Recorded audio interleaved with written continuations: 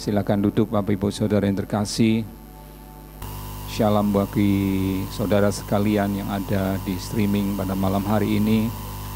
Kita percaya kalau kita melihat keadaan kita saat-saat ini, memang keadaan-keadaan yang benar-benar ada hal yang sangat-sangat membuat kita di dalam kepanikan, ketakutan, banyak hal yang membuat kita enggak bisa lagi melihat sesuatu apapun yang dari Tuhan.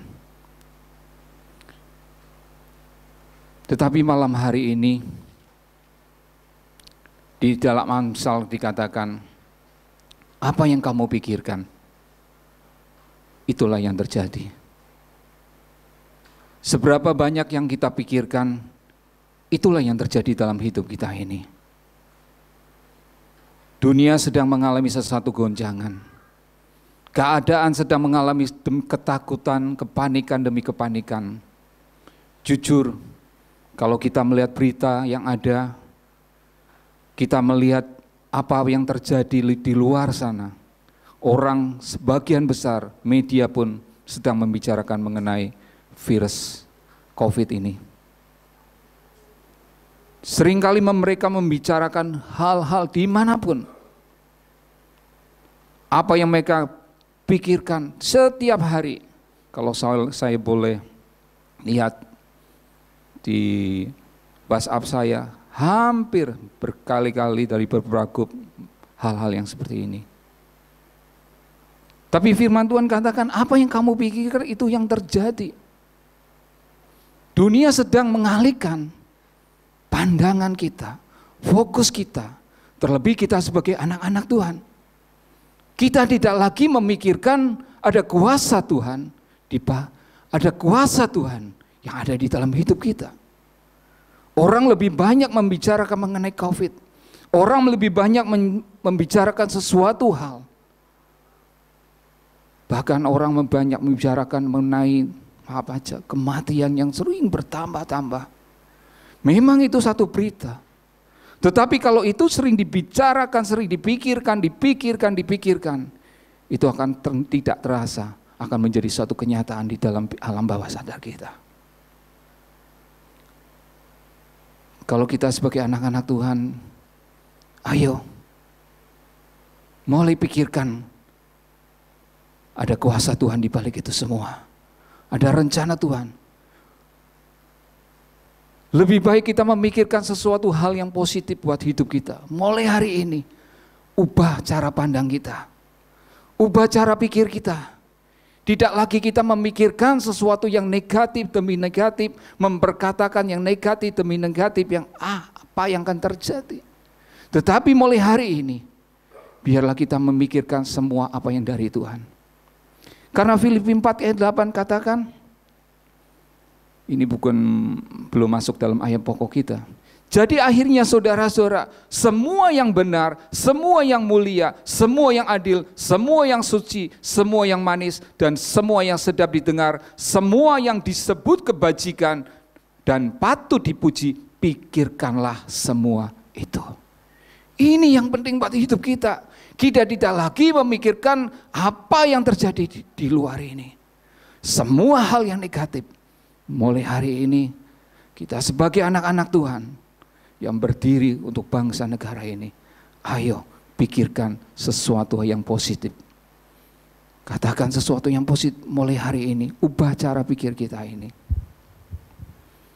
Coba kita masuk di dalam firman Tuhan di dalam Yesaya 30 ayat 15. Bisa ditampilkan Yesaya 30 ayat 15.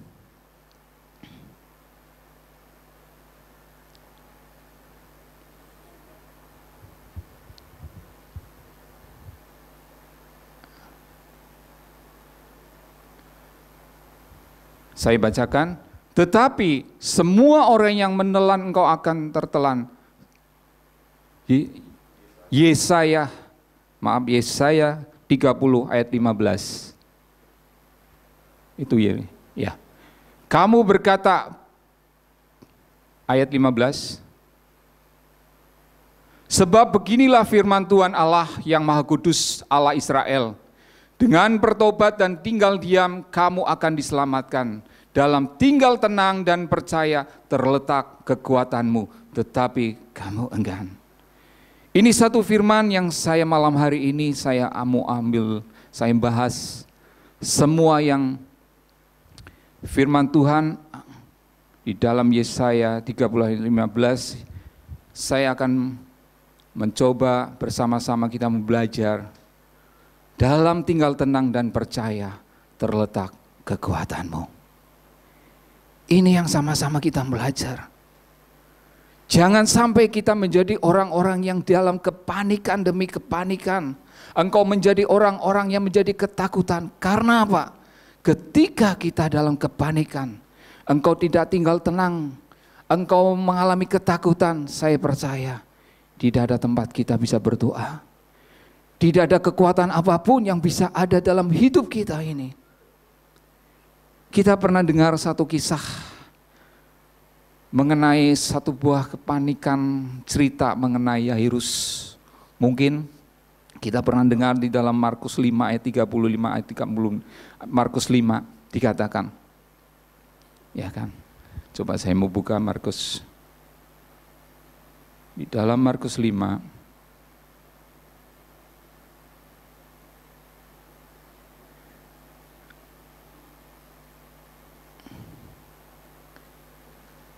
ini cerita mengenai Yairus.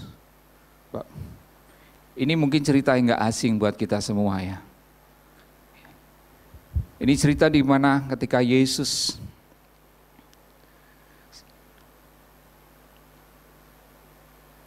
berjalan berbondong-bondong bersama dengan murid-muridnya.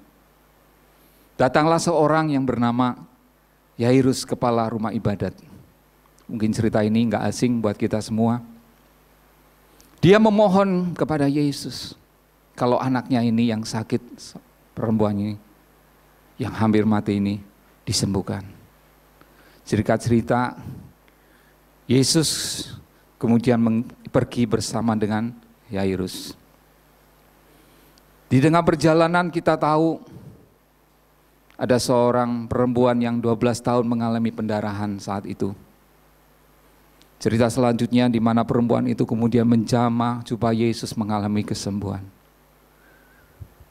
Tetapi yang menjadi satu poin yang saya bahas malam hari ini di ayat yang ke-35. Coba kita baca.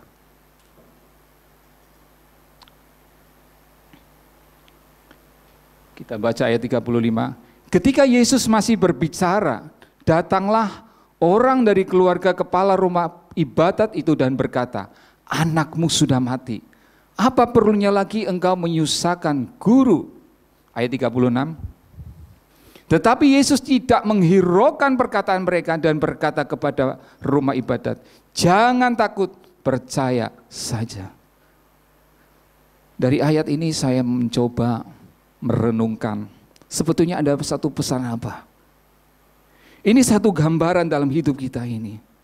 Mungkin kita sebagai orang-orang yang percaya kepada Yesus, ketika kita menghadapi pergumulan, masalah, persoalan apapun yang kita hadapi saat-saat ini, kita udah datang melangkah kepada Yesus, Tuhan aku percaya. Tapi seringkali ketika kita mau melangkah bersama dengan Yesus, seperti firman Tuhan ayat 35, seringkali kita mendengar kabar yang di luarnya membuat iman kita seringkali menjadi bimbang dan ragu. Orang mengatakan gak mungkin, tiba-tiba saja di ayat 35 dikatakan, ketika Yesus masih berbicara, datanglah seorang dari keluarga rumah ibadat itu berkata, anakmu sudah mati, apa perlunya lagi engkau menyusahkan guru? Saya mau katakan, seringkali kita dalam pergumulan engkau rasanya Tuhan berat. Tapi ketika engkau dalam pergumulan demi pergumulan, datanglah seringkali perkataan demi perkataan, omongan-omongan orang yang seringkali membuat iman kita lemah. Seringkali berapa kali kita ketika iya ya, memang ini bukan jalan satu keluarnya. Buat apa lagi aku sungguh-sungguh di dalam Tuhan. Akhirnya apa? Imannya mudah mulai mundur dari Tuhan. Apapun pergumulan yang kita hadapi saat ini, apapun yang kau hadapi saat ini. Mungkin kau bawa masalah pekerjaanmu, keluargamu. Ya kan? Banyak hal yang kita bawa. Tapi seringkali dunia, orang-orang di sekitar kita membuat kita lemah. Tetapi ayat 36 katakan, tetapi Yesus tidak menghiraukan. Hal yang kita mau belajar apa? Jangan pernah hiraukan apapun menurut pendapat kata orang. Ayo tetap fokus dengan iman percayamu kepada Yesus. Sekalipun itu hal enggak mungkin. Sekalipun orang berkata itu yang mustahil. Tetapi kita mau percaya ketika Yesus katakan, jangan takut, percaya saja. Ini yang menjadi satu bagian iman kita di hadapan Tuhan. Tetap melangkah. Mudah enggak? Saya percaya ini sama seperti kita sedang bawa, kita berdoa untuk bangsa negara ini. Kalau kita melihat ayat selanjutnya, di ayat 40, apa yang terjadi? Coba kita lihat ayat 40. Tetapi mereka menertawakan dia, maka diusirnya semua hari itu. Lalu dibawanya ayah dan ibu anak itu. Mereka bersama-sama dia masuk ke kamar anak itu. Saya mau katakan, apa yang kamu buat, apa yang kamu kerjakan, dunia bisa menertawakan. Dunia bisa menertawakan apa yang kita buat. Mungkin banyak hal kita bisa dia katakan sesat, bisa. Aneh, bisa hal yang dibawa. Mungkin ketika kita bawa masalah kita, keluarga kita, apapun, bahkan bangsa kita ketika Tuhan suruh engkau bawa bangsa ini, engkau doakan bangsa ini, engkau sedang seperti Yairus, engkau bawa semua kepada Tuhan. Di tengah-tengah engkau sedang melakukan segala sesuatu. Mungkin ada perkataan-perkataan yang membuat engkau ditertawakan dengan apa yang kamu buat. Engkau kerjakan semua. Tetapi sekaligus saya mau katakan, jangan pernah hiraukan. Tetaplah fokus pada Tuhan. Percayalah, jangan takut. Ini satu kisah yang ada. Ada satu kisah yang lain yang kita sama-sama belajar. Saudara ingat di dalam Markus 6, ketika Yesus dalam Markus 6, coba saya ya kan.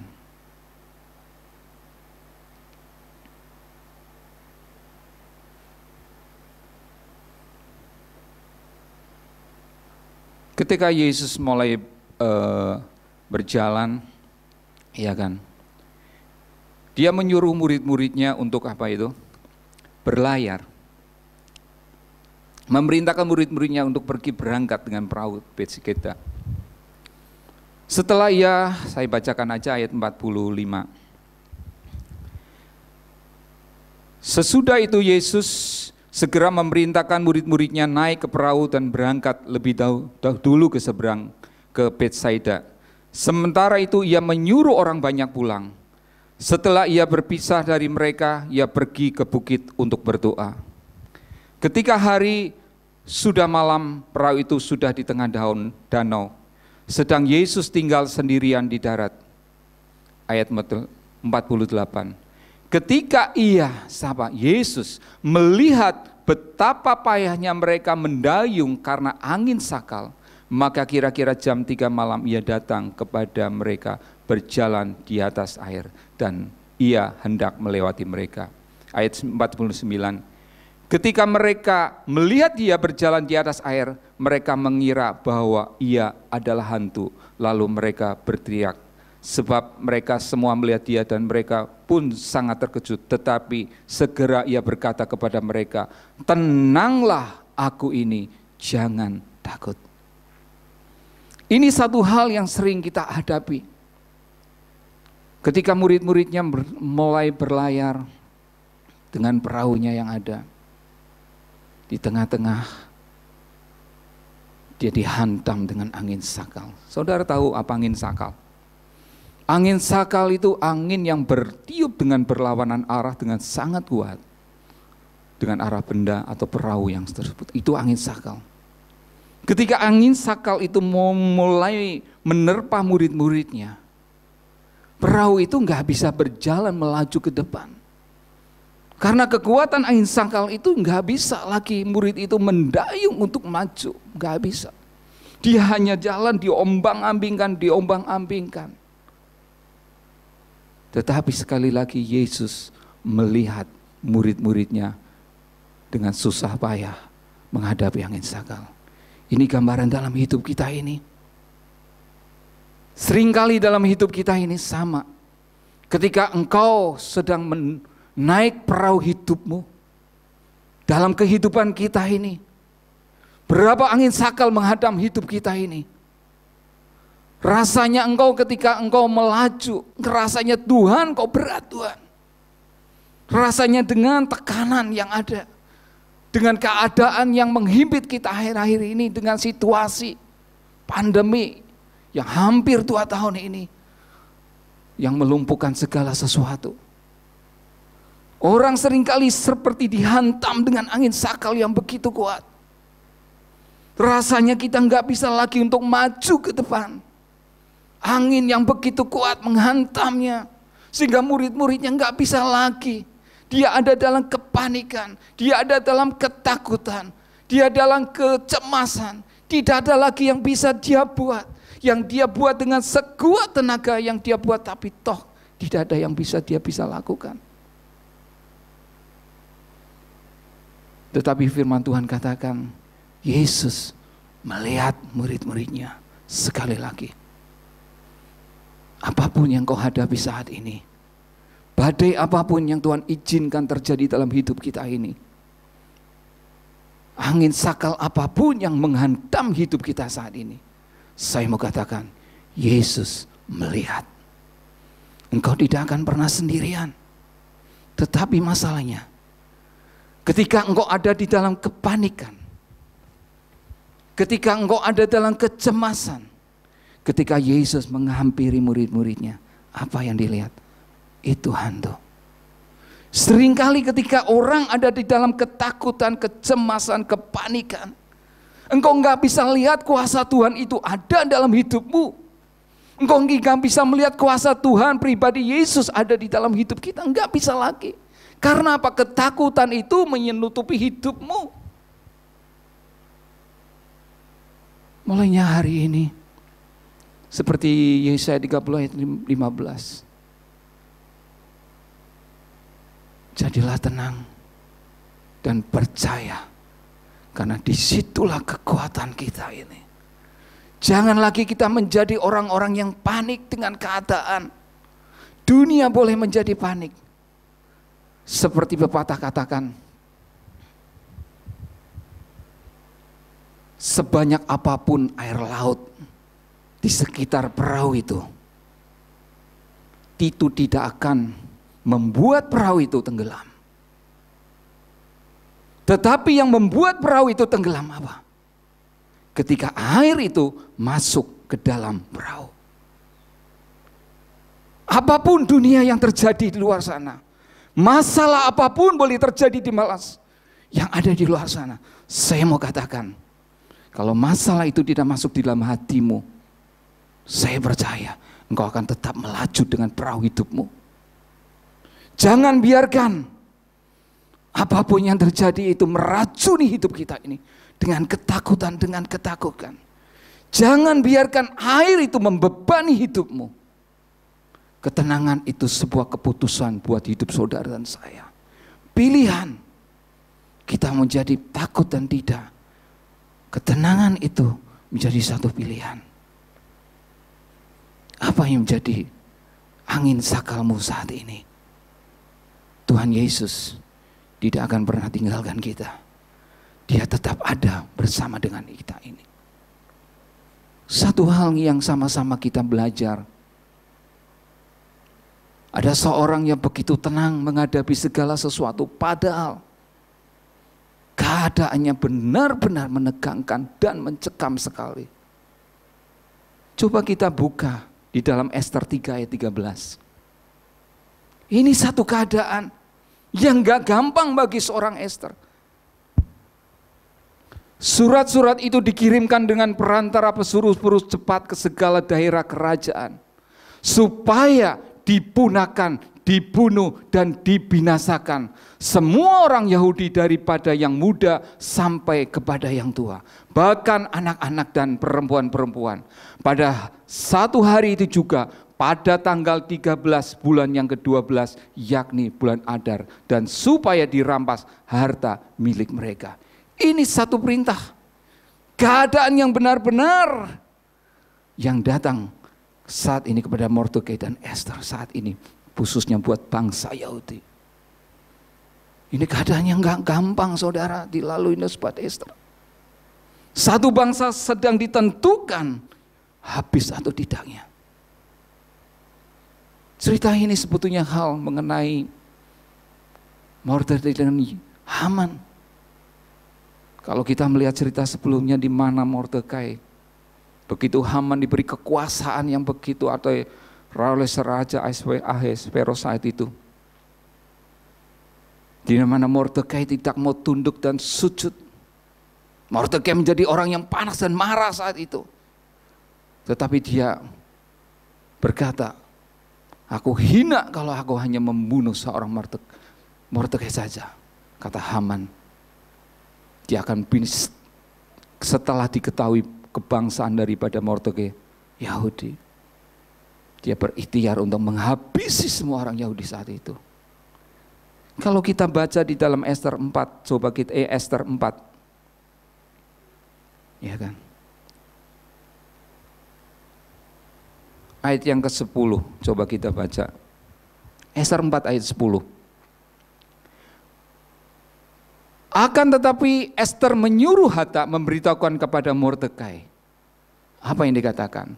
Semua pegawai raja serta penduduk daerah-daerah kerajaan mengetahui bahwa bagi setiap laki-laki atau perempuan yang menghadap raja di pelataran dengan tiada dipanggil, hanya berlaku satu undang-undang, yaitu hukuman mati. Hanya orang yang kepadanya raja mengulurkan tongkat emas yang akan tetap hidup. Dan aku selamanya 30 hari ini tidak dipanggil menghadap raja. Ayat selanjutnya. Ketika disampaikan orang perkataan Esther itu kepada Mordekai. Selanjutnya. Maka Mordekai menyuruh menyampaikan jawab ini kepada Esther. Jangan kira karena engkau di dalam istana raja hanya engkau yang akan terluput dari antara semua orang Yahudi. Sebab sekalipun engkau pada saat ini berdiam diri saja, bagi orang Yahudi akan timbul juga pertolongan dan kelepasan dari pihak lain. Dan engkau dengan kaum keluargamu akan binasa. Siapa tahu mungkin justru untuk saat yang seperti ini engkau beroleh kedudukan sebagai ratu. Ayat selanjutnya. Maka Esther menyuruh menyampaikan jawab ini kepada Mordekai. Apa yang dikatakan? Pergilah, kumpulkanlah semua orang Yahudi yang terdapat di Susan dan berpuasalah untuk aku. Janganlah makan dan janganlah minum 3 hari lamanya, baik waktu malam, waktu siang. Aku serta dayang-dayangkan pun akan berpuasa demikian. Dan kemudian aku akan masuk menghadap raja, sungguh pun berlawan dengan undang-undang. Kalau terpaksa aku mati, biarlah aku mati. Ini enggak mudah saudara. Di tengah-tengah situasi yang menentukan hidup mati, walaupun Esther tahu dia harus melawan undang-undang yang ada. Hukumannya apa ketika menghadap raja tanpa dipanggil? Mati. Esther tahu ini, tetapi sekali lagi apa yang dilakukan Esther? Dia tetap tenang. Karena ketenangan membuat orang bisa berpikir dengan benar di hadapan Tuhan. Dia enggak panik. Walaupun keadaan yang begitu susah. Tetapi dengan kisah ini kita mau belajar apapun yang terjadi saat ini. Ayo, belajarlah tenang dengan apapun yang ada. Sekalipun keadaan saat ini benar-benar sangat membuat kita ketakutan demi ketakutan. Tetapi sekali lagi, kita akan terus ada di dalam Tuhan, ketenangan demi ketenangan. Amin saudara. Kita belajar seperti Esther.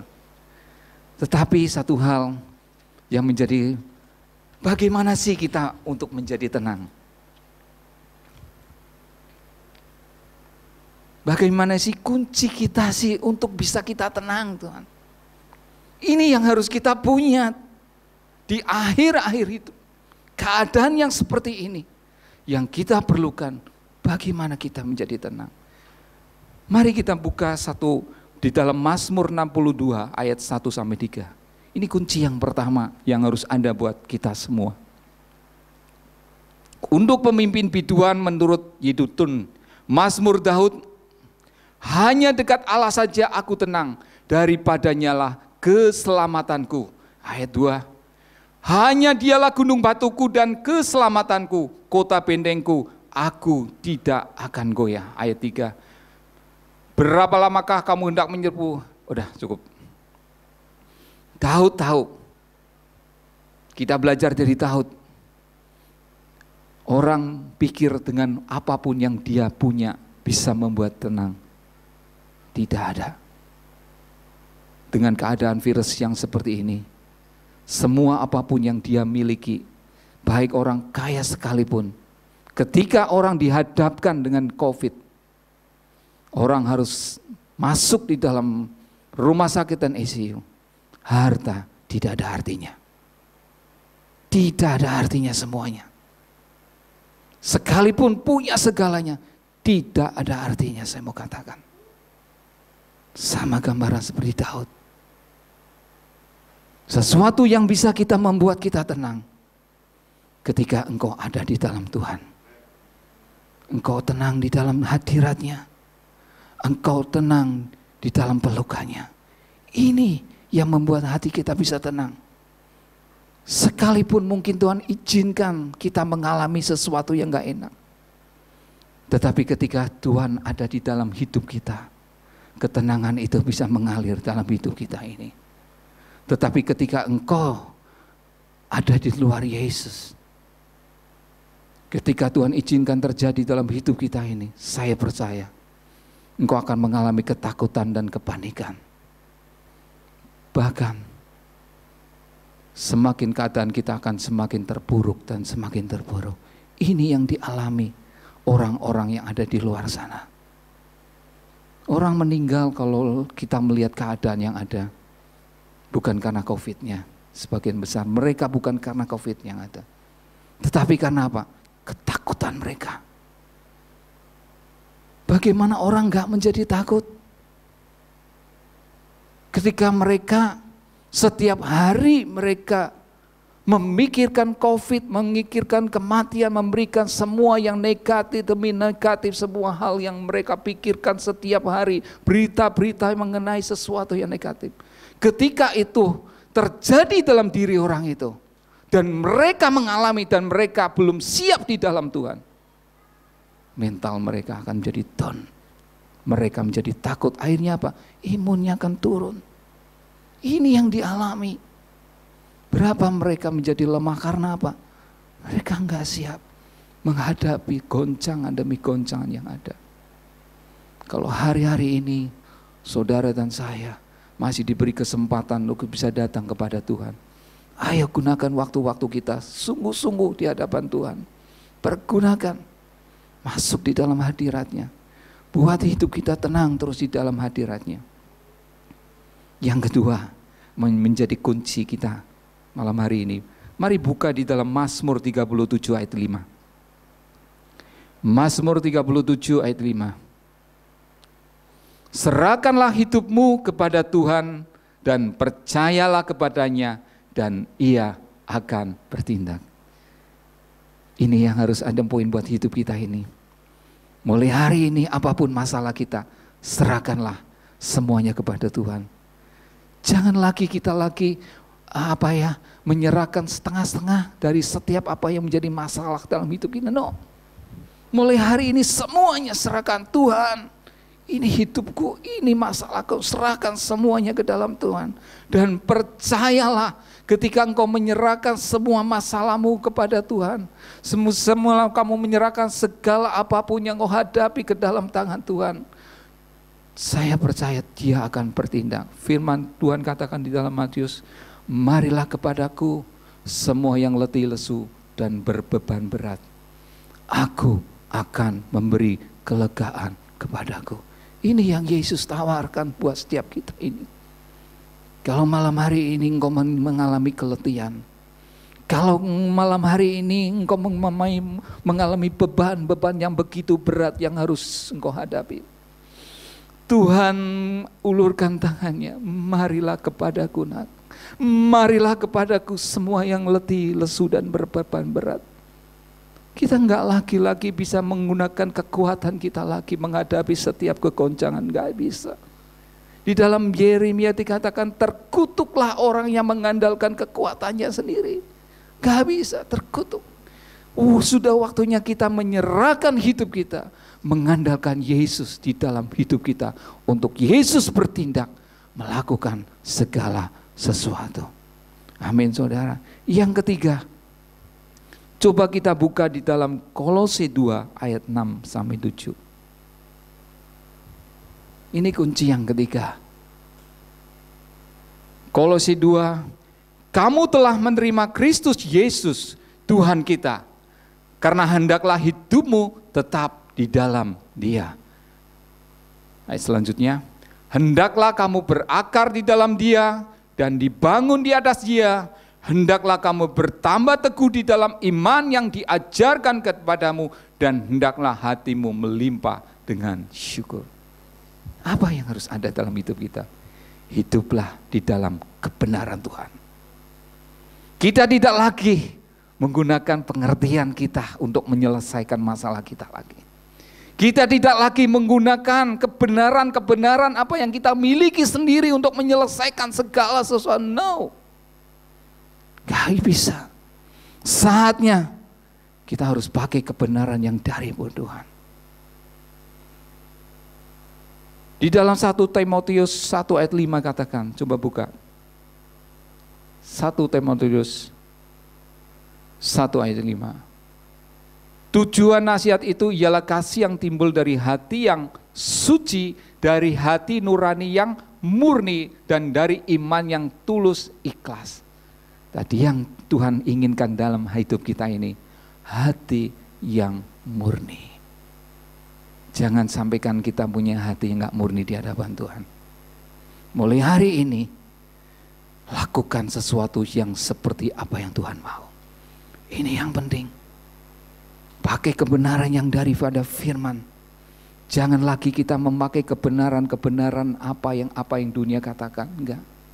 Kita tidak lagi bisa menggunakan apa yang ada, kebenaran yang ada di luar. Bingung saudara. Banyak pendapat yang ada di luar. Banyak hal yang dunia sedang bicarakan. Tapi sekali lagi, biarlah malam hari ini yang kita perlukan kebenaran yang dari Tuhan saja. Firman ini yang harus kita pegang. Hati yang murni yang harus ada di dalam hidup kita ini. Amin. 1 Petrus 4 ayat 7 dikatakan, coba kita buka 1 Petrus 4 ayat 7. Kesudahan segala sesuatu sudah dekat. Karena itu kuasailah dirimu, jadilah tenang supaya kamu dapat berdoa. Sekali lagi, kuasailah dirimu dalam keadaan apapun. Kuasailah diri kita untuk melakukan segala seperti apa yang Tuhan mau di dalam hidup kita ini. Amin. Satu hal sebelum saya mau akhiri untuk firman ini, saya akan cerita satu buah kisah. Sebuah kisah nyata yang terjadi di tahun 1859. Ini satu kisah yang bisa menjadi inspirasi buat kita semua malam hari ini. Bagaimana engkau sebetulnya, seberapa engkau dekat, seberapa engkau mengenal pribadinya. Satu kisah yang bernama, mungkin kita sudah ada yang pernah mendengar, seorang akrobatik yang bernama Charles. Charles ini seorang akrobatik yang benar-benar yang berjalan di atas sebuah tali. Dia menantang untuk berjalan di atas sebuah tali di air terjun Niagara. Kira-kira jaraknya cukup panjang, hampir berapa ratus meter. Dia harus berjalan dengan sebuah tali yang harus dia laluin. Dengan tongkat yang ada dia berjalan. Begitu banyak orang menyaksikan saat itu. TV-TV yang ada menyiarkan secara live saat itu merekam. Mulailah Charles ini. Langkah pertama dia. Orang bertepuk tangan. Apakah dia katakan, apakah kau bisa melalui itu semua? Orang katakan, begitu orang banyak katakan, bisa. Bertepuk tangan semua. Dia mulai melakukan akrobatiknya, dia berjalan. Ketika dia berjalan dengan tiupan angin yang begitu mulai, dia berjalan. Sampailah sudah di satu tempat di seberang sana. Puas, orang banyak bertepuk tangan. Bertepuk tangan. Kemudian dia balik lagi sampai ke tempat semula. Orang begitu hebat bertepuk tangan, hebat. Memuji dia, seorang akrobatik yang begitu berani menantang. Pada saat itu, di tengah-tengah orang yang bertepuk tangan, semuanya mengeluh-ngeluhkan, hebat ya, luar biasa. Dia bicara di tengah-tengah itu. Adakah Bapak Ibu Saudara sekalian, di antara kamu sekalian yang saya gendong untuk bersama-sama saya, untuk berjalan bersama dengan saya. Orang yang begitu banyak bertepuk tangan, tidak ada satupun yang berani. Orang melihat kehebatannya. Tetapi ketika dia ditantang, maukah engkau? Tidak ada satupun yang berani. Mereka banyak hal, mungkin banyak alasan masih muda kayak. Banyak alasan yang mereka sampaikan. Suasana menjadi hening saat itu. Tiba-tiba ada seorang anak kecil. Anak kecil itu menghampiri Charles ini. Dihampiri. Anak ini dengan tenangnya dihampiri Charles ini. Apa yang dia lakukan? Orang-orang yang di luar ini menjadi, wah gila itu anak. Anak siapa? Nekat benar dia anak. Dia berani menyeberang bersama Charles. Mau cari mati ini anak ini. Tapi anak ini enggak menghiraukan. Apapun orang yang katakan di luar, enggak menghiraukan, bergeming, dia tetap tenang. Dia tetap tenang dengan langkahnya. Dia hampiri akrobatik. Kemudian mulai gendong dia, anak ini kecil. Setiap orang yang melihat menjadi ketakutan, melihat pertunjukan ini, orang berdebar-debar melihat, semuanya menjadi berdebar-debar menyaksikan pertunjukan ini. Langkah demi langkah dia lalui. Anak ini dengan senyumnya sambil digendong dan senyumnya tenangnya dia berjalan. Sampai sudah di tempat ya ujung sebelah sana dia laluin. Sampai akhirnya dia kembali lagi ke tempat ini. Wah, orang banyak itu mengeluh-ngeluhkan. Mengeluh-ngeluh, semua yang memberi standing applause semua. Hebat. Kemudian ada satu reporter datang kepada anak ini. Dia tanya, "Dek, kenapa kamu enggak takut? Apa kamu enggak takut? Enggak takut jatuh?" Anak ini dengan polosnya apa yang dia katakan? "Aku enggak takut. Karena dia itu bapak saya." Dia tahu persis kalau bapaknya bisa mengantar dia sampai ke tempat tujuan. Dia tahu persis bagaimana dia berlatih ketika bapaknya berkali-kali dia berlatih. Dia persis percaya dia menghantar bapaknya sampai ke tujuan. Ini satu gambaran buat hidup kita ini. Ketika engkau percaya kepada Bapa kita di sorga, ketika engkau suruh Bapa kita melangkah, walaupun orang memertertawakan kita dengan apa yang kita buat, kita kerjakan, kita lakukan di tengah-tengah pandemi. Mungkin banyak orang membuat gila. Banyak orang membuat kata-kata hal yang membuat iman kita bisa lemah, seperti saya mau katakan pertama. Ini banyak yang akan terjadi. Tapi belajarlah seperti anak kecil ini. Dengan tenangnya dia percaya bahwa Bapa yang akan menjamin, Bapa yang mengantar dia sampai ke tempat tujuan. Ini yang harus kita perlukan dalam hidup ini. Hubunganmu dengan Bapa kita di sorga. Seberapa engkau dekat dengan dia. Seberapa engkau mengenal kepada dia. Ketika engkau mengenal pribadinya. Ketika engkau mengenal dia. Saya percaya engkau seperti anak kecil ini. Dengan tenangnya engkau akan berjalan. Di tengah-tengah pandemi sekalipun. Kita akan berjalan bersama dengan Bapa kita di surga. Apapun yang Tuhan utus buat hidup kita ini. Ketika engkau dengar apa yang Bapa inginkan dalam hidup kita ini. Percayalah, dia akan menyertai kita. Percayalah, dia akan menjamin hidup kita. Sekalipun dunia menertawakan. Sekalipun bagi orang itu kegoblokan, ketololan. Tetapi bagi kita, Bapa kita di surga, itu suatu tugas yang mulia. Amin. Mari kita mau datang kepada Tuhan. Biarlah apa yang saya sampaikan pada malam hari ini menjadi satu peneguhan buat kita semua malam hari ini. Dari kita mulai tenang di dalam Tuhan, serahkan hidup kita dan percaya kepada Tuhan. Dan satu hal, hiduplah di dalam kebenaran firman Tuhan. Biarlah firman ini